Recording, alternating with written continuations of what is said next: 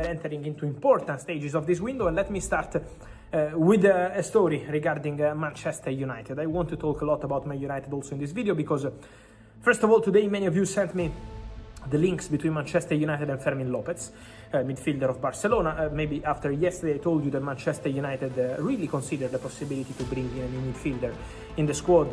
Today many reports on different names. Guys, what I can tell you, just to go with some order. First point, Manchester United considered the possibility to bring in a new midfielder this summer. So, just to explain to you the situation. Priority, striker. Manchester United want to go for an important striker, and in a minute we will talk about the Benjamin Sesko situation. Goalkeeper, it's a possibility. It's not something guaranteed, but it's a possibility. With older options, experienced options, just to say, for one of the best goalkeepers in the world, like Eddie Martinez, but very difficult because Aston Villa already turned down 2 approaches. And then Lemmens from Royal Antwerp, with the opportunity for Manchester United to go for a younger goalkeeper and also more options in terms of younger goalkeepers. So goalkeeper, striker priority, goalkeeper as an option, not a guarantee, and as an option also midfielder in case there is the opportunity. The links on Fermin Lopez, at the moment I'm told that there is nothing concrete into it, also because, first point, Barcelona don't want to sell Fermin Lopez. Second point, any chance for Fermin Lopez to go this month is only in case the player goes to Barca, goes to the director Deco, goes to the coach Hansi Flick and says, I want to go, I want to leave. In that case, Barca can say, okay, let's find a solution, but Barcelona want to keep the player, Barcelona trust the player, Barcelona believe that their squad is perfect like this, so they don't want to do any changes. And also, at the moment, I'm not aware of Fermin Lopez telling Barcelona that he wants to go. Fermin didn't do that. Fermin is fully focused on Barca. So, important to clarify the situation of Fermin Lopez. And at the moment, also financially, I think even if all of this happens, the financial package for Fermin Lopez has to be a really special package. So, look, at the moment, nothing into it. And nothing really concrete into the Fermin story. If something happens, I will come here and clarify to you. Many questions also about Al-Nassr and Bruno Fernandes as an option for the midfield. What's going on at Al-Nassr? Now they have Portuguese directors, Portuguese coach, Jorge Jesus, who knows very well Bruno Fernandes, this obviously Portuguese legend, Cristiano Ronaldo, and this mentality around him, because now also João Felix joined. So this Portuguese identity is going strong at Al-Nassr. But guys, I can tell you today that according to my information, there is nothing, zero, between Al-Nassr and Bruno Fernandes. No offer to Manchester United, no offer to Bruno Fernandes, no negotiations ongoing, no talks. If they have a dream, Bruno Fernandes, I can imagine, because Bruno is one of the best players in the world, and it's normal to dream about these players. But at the moment, to talk about news, to talk about concrete things, Bruno already said no to Al Hilal at the beginning of the window. Bruno Fernandes is fully involved in the project of Manchester United. At the moment, there is nothing from Al-Nassr, from what I can tell you. So I'm not aware of meetings. Someone said there was a meeting between Al-Nassr directors and Bruno Fernandes agent. No, guys, I'm not aware about that.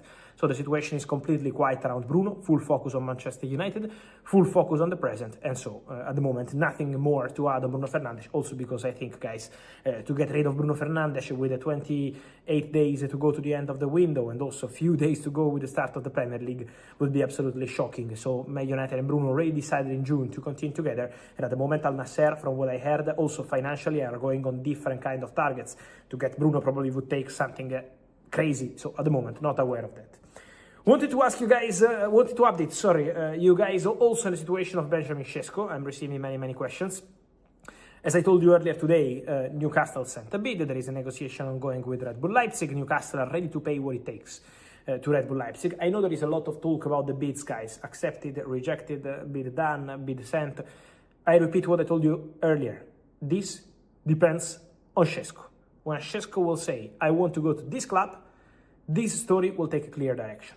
But the bids at the moment are not going to make the difference, because Newcastle are going to pay what is needed if Sesko decides to join them, and Manchester United are ready to bid and start the negotiation if Sesko decides to join them. So this depends on Benjamin Sesko. It's late night on Saturday, the night between Saturday and Sunday, and Sesko at the moment has still not decided. I told you on Tuesday it's not going to be tomorrow, on Wednesday it's not going to be tomorrow, on Friday it's not going to be tomorrow, on Thursday it's not going to be tomorrow. I keep repeating that story. But from now on, we are entering into really important stages. I can add 2 more factors, guys, to this story. 2 small details. The first one, the agent of Sesko is now in Leipzig. to speak directly with the player and also to help negotiations with Red Bull Leipzig. But he's now with the player, and so we are entering now into the decision time for Benjamin Sesko. He traveled there today after he closed another deal in the last 24, 48 hours. So now full focus on the Sesko decision. And then the other factor, Manchester United made clear to Red Bull Leipzig again on Saturday night that they will send a bid for Benjamin Sesko if the player will open doors to joining them. So Newcastle already put the money on the table, but since last week they told Leipzig, we are ready, we will pay. They told the agent, we are ready, we will pay. Now Manchester United, after contact made a few days ago, told again tonight to Red Bull Leipzig, we are prepared to come and bid for Sesko. It's like saying, we are also here. It's not just Newcastle putting the money on the table. Newcastle are paying whatever it takes. And so obviously financially is a different position. But Man United are prepared to open talks. Man United are prepared to enter in the scene. Man United are prepared to bid. But if Benjamin Sesko decides to join them. Obviously, Manchester United feel that Benjamin Sesko is still deciding, has not decided to go to Newcastle. 24 hours ago, some reports from Slovenia were mentioning, okay, Sesko has decided he goes to Newcastle. Sesko has not decided yet. It's still 50-50. Newcastle, Man United, but United made new contact with Leipzig, and so this story is absolutely open between the two clubs. Then, guys, I wanted to say something quick also about Arsenal, because the market for Arsenal is not over yet. We will see what's going to happen with the Eberechi story in the next days and weeks after the release clause expired. But in terms of centre-backs, Mosquera joined, and we know that. It's a very good signing, very good talent. Saliba and Gabriel obviously staying at the club. Jakub Kiwior, what happens with Jakub Kiwior? Keep an eye on Kiwior, because in July I can reveal to you that a bid from Portugal was turned down by Arsenal. So Arsenal rejected the bid. Arteta would love to keep the player. Arteta loves Kiwior. His mentality, his approach, he's always ready when needed. But at the same time, let's see what happens this month with the player.